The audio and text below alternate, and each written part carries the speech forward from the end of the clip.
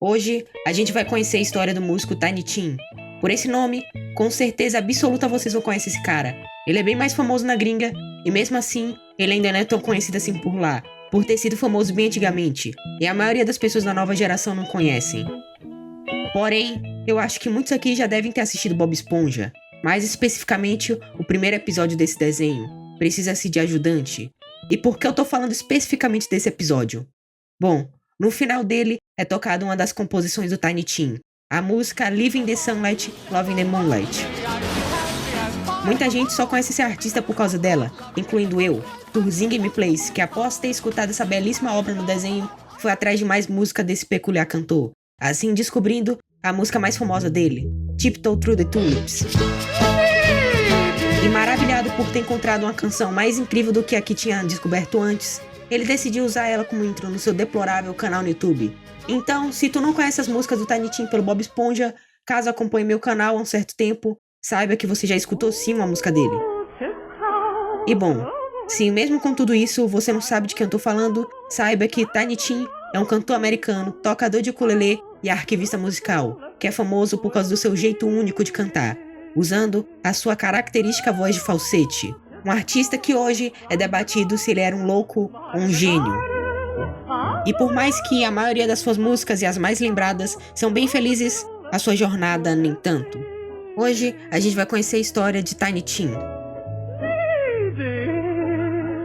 Primeiramente, esse obviamente não é o nome real dele. Na verdade, seu nome de nascença é Herbert Brutus Cowdery, nascido em 12 de abril de 1932 na cidade de Nova York, Manhattan, nos Estados Unidos. Filho de uma operária judia polonesa e de um trabalhador têxtil de Beirute, atual Líbano.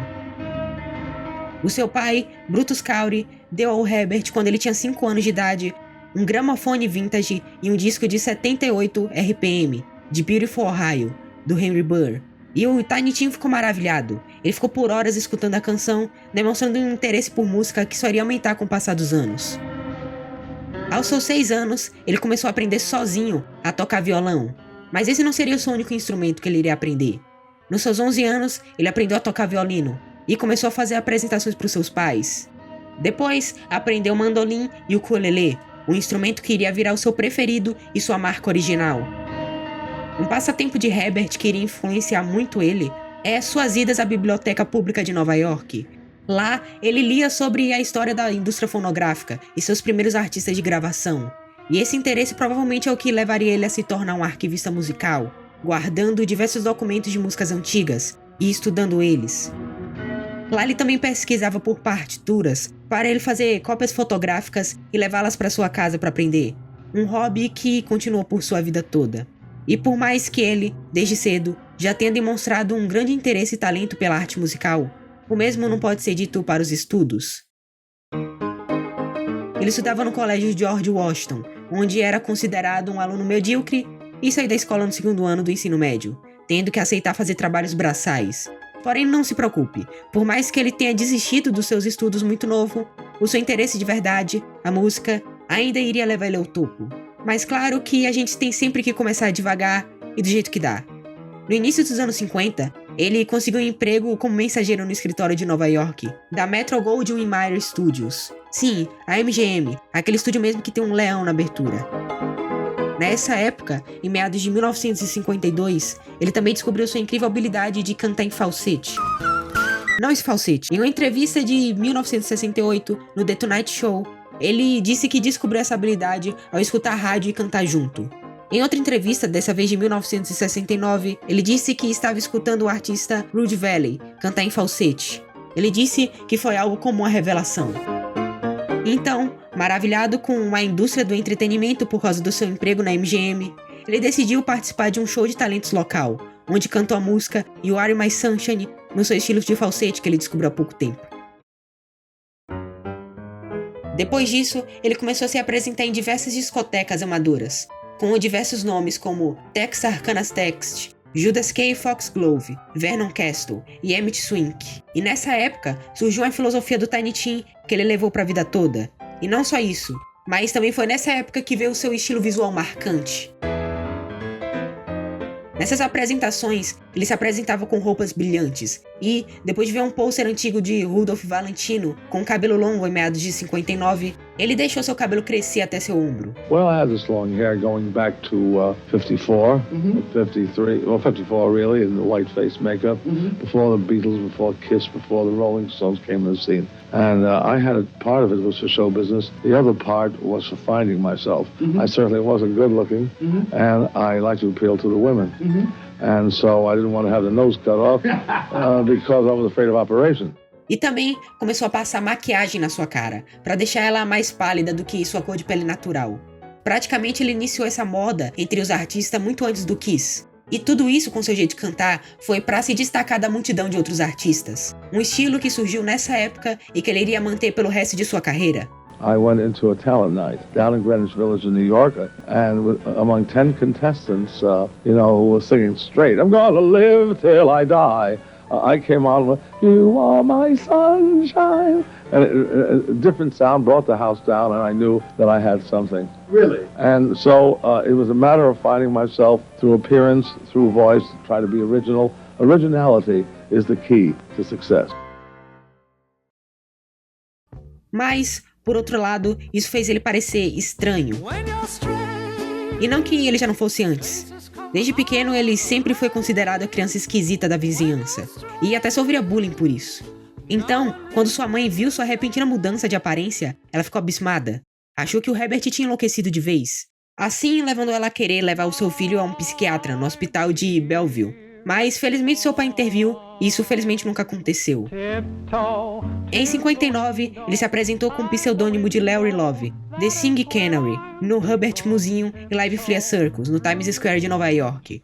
E lá, ele assinou um contrato com um empresário que o enviou em diversas audições em Greenwich Village, fazendo shows, tocando ukulele e cantando na sua clássica voz de falsete. E foi aí que surgiu a adaptação do artista Nick Lucas, que iria virar a sua marca registrada e o maior hit da sua carreira, Tiptoe Through the Tulips. Mas todos esses trabalhos feitos até agora foram todos não remunerados. Sim, ele trabalhava de graça e o máximo que ganhava era alguns aplausos. Mas isso iria mudar, porque em 63 ele conseguiu seu primeiro trabalho pago num clube gay e lésbico em Greenwich Village, trabalhando 6 horas à noite e 6 noites por semanas, por míseros $96 por mês. Porém, esse não foi o seu único emprego daí em diante. Com o passar dos anos, ele apareceu em diversos filmes experimentais, como Normal Love e You Are What Witch. E a sua aparição nesse último filme experimental que citei foi bastante importante para sua carreira, por mais que não pareça. Basicamente, ele cantou algumas músicas no filme, entre elas a música I Got You Baby, de Sonny e Cher, com Eleanor Baruchan cantando a parte do Sonny e o Tiny Tim cantando as partes da Cher com sua voz de falsete.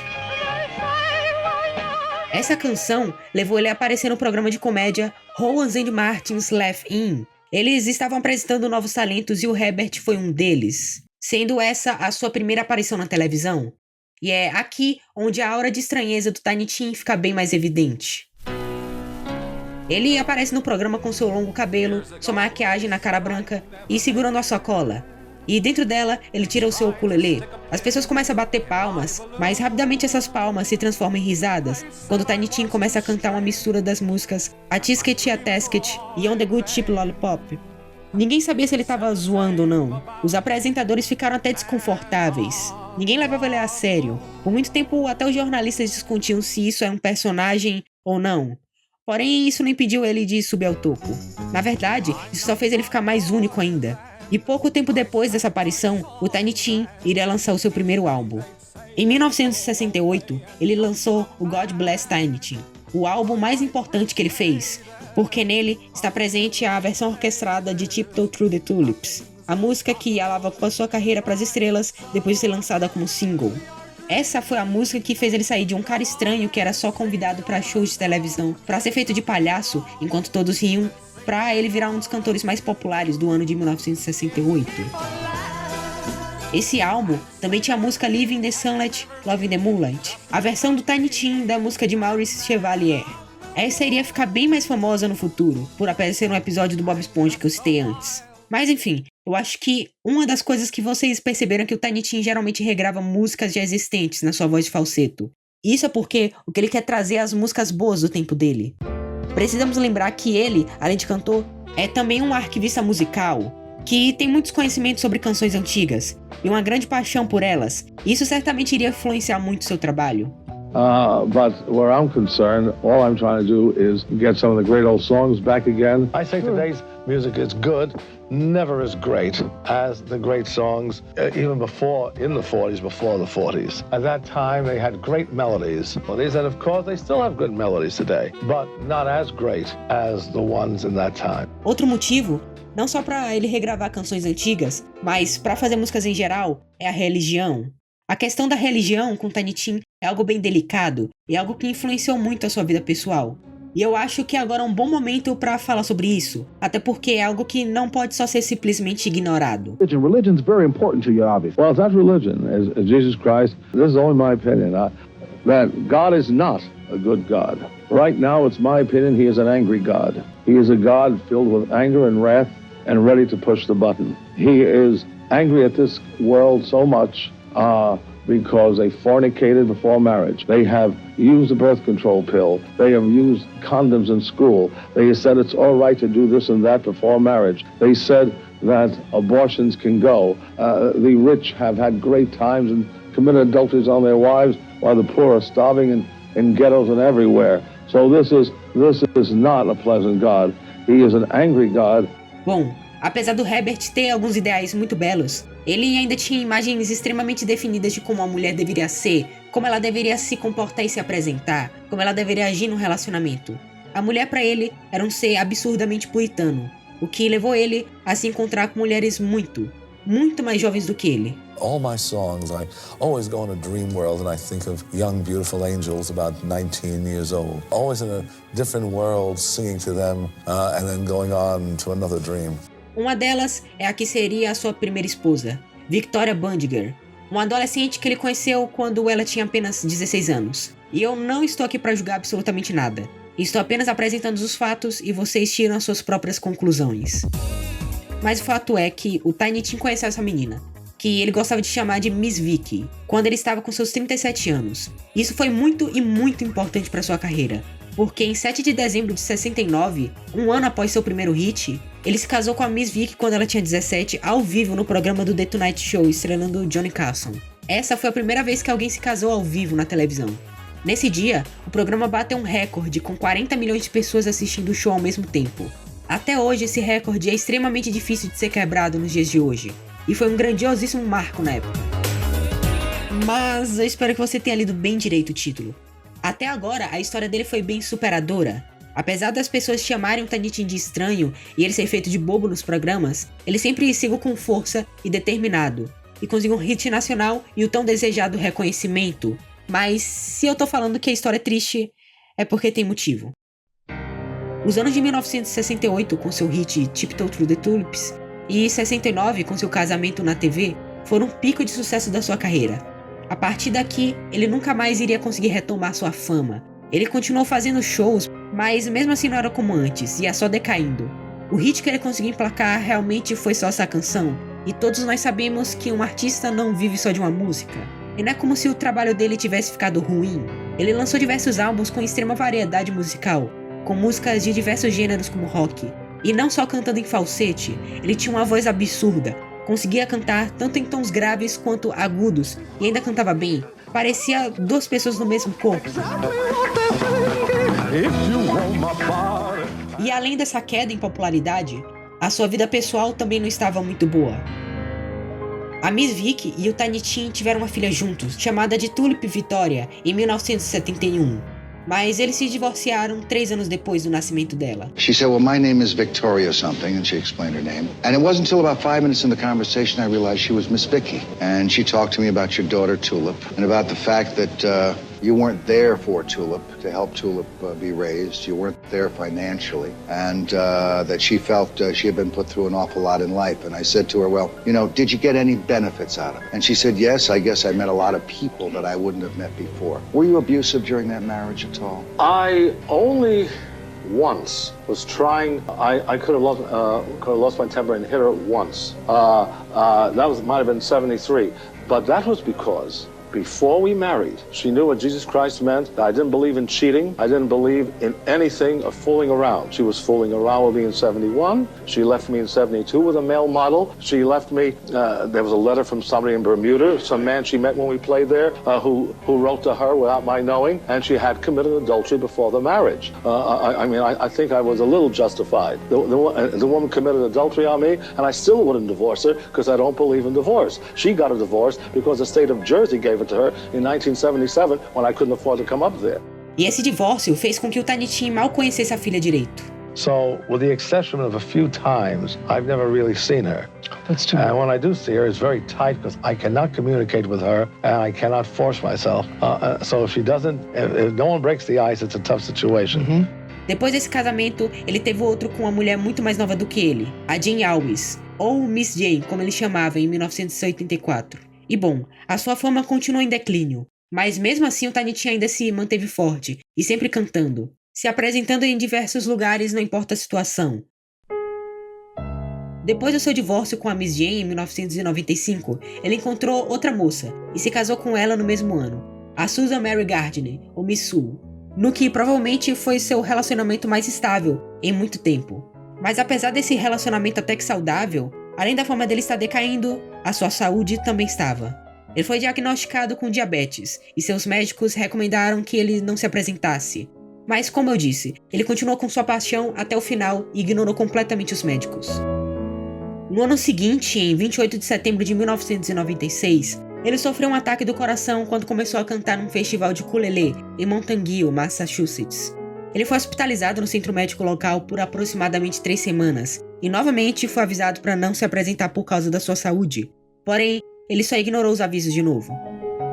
Em 30 de novembro do mesmo ano, ele estava tocando em um evento de gala, organizado pelo Women's Club de Minneapolis. Antes do show, ele disse para sua esposa que ele não estava se sentindo bem, só que ele não queria desapontar os seus fãs. Enquanto ele estava apresentando seu último número da noite, ele sofreu outro ataque do coração. Dessa vez, um fatal, no meio da sua apresentação de Tiptoe Through the Tulips, deixando para trás sua esposa e a sua filha. Bom, o que o Tiny Tim fez de errado? Ninguém sabe ao certo. Talvez ele só deu azar de nascer na época errada. Infelizmente, as pessoas do seu tempo não souberam compreender e o humilharam. E certamente as coisas sobre a sua vida pessoal não ajudavam muito. Ele foi um rei por um dia e depois foi derrotado. Mas até que artistas desse tipo, que não foram tão bem reconhecidos na época em que viveram, não são tão incomuns assim. Johann Sebastian Bach, por exemplo, nunca foi reconhecido quando estava vivo. As pessoas achavam estranho as suas composições complexas e muito difíceis de se entender e executar, dividindo muito a opinião das pessoas. Porém, com muitos e muitos séculos passando, só hoje a gente pôde reconhecer a genialidade de Bach. E agora, ele é considerado o pai da música. No final, existem certos artistas que só puderam ser verdadeiramente apreciados anos após sua morte. E talvez o mesmo aconteça com Tiny Tim em certo tempo. Ou melhor, já está acontecendo. Após o seu falecimento, suas músicas apareceram em diversos lugares, como no episódio de Bob Esponja que eu citei. Ou também em uma das suas aparições mais importantes, que é a de Tiptoe Through the Tulips, no filme de terror Insidious, o Sobrenatural aqui no Brasil. Essa aparição mudou completamente a perspectiva de como as pessoas viam Tiny Tim. Antes ele era um cara estranho e fora da curva com músicas românticas, mas agora as pessoas escutam seu maior hit com um olhar de terror. Eu particularmente não acho Tiptoe Through the Tulips uma música assustadora. Na verdade é muito pelo contrário, porém eu compreendo exatamente o porquê as pessoas acham isso. Fora a aparição no filme de terror, o Tiny Tim ainda assim é uma figura bem assustadora por si só, além de que ele faleceu enquanto cantava justamente essa música. Talvez o motivo das pessoas acharem essa música assustadora abrange o fato dela ter aparecido num filme de terror. Mas mesmo assim, eu ainda acho que essa pode ser a salvação do legado do Tiny Tim. Essa mudança de perspectiva está ajudando a nova geração a conhecer esse artista antigo. Hoje, essa música em específico é muito usada em TikToks de terror agora. Além de que agora as obras do Tiny Tim, até mesmo as mais obscuras, pegam bastante views no YouTube. Infelizmente, ele nos deixou antes do surgimento da internet como ela é hoje. Mas provavelmente é ela que vai reviver esse artista e fazer os esforços que ele teve em vida valerem a pena. Bom, vamos esperar pra ver. Mas por enquanto, essa foi a história dessa figura bizarra e diferenciada. com diversas controvérsias e ideias fora da curva. Essa foi a história de Tiny Tim. Deixa o like, adeus.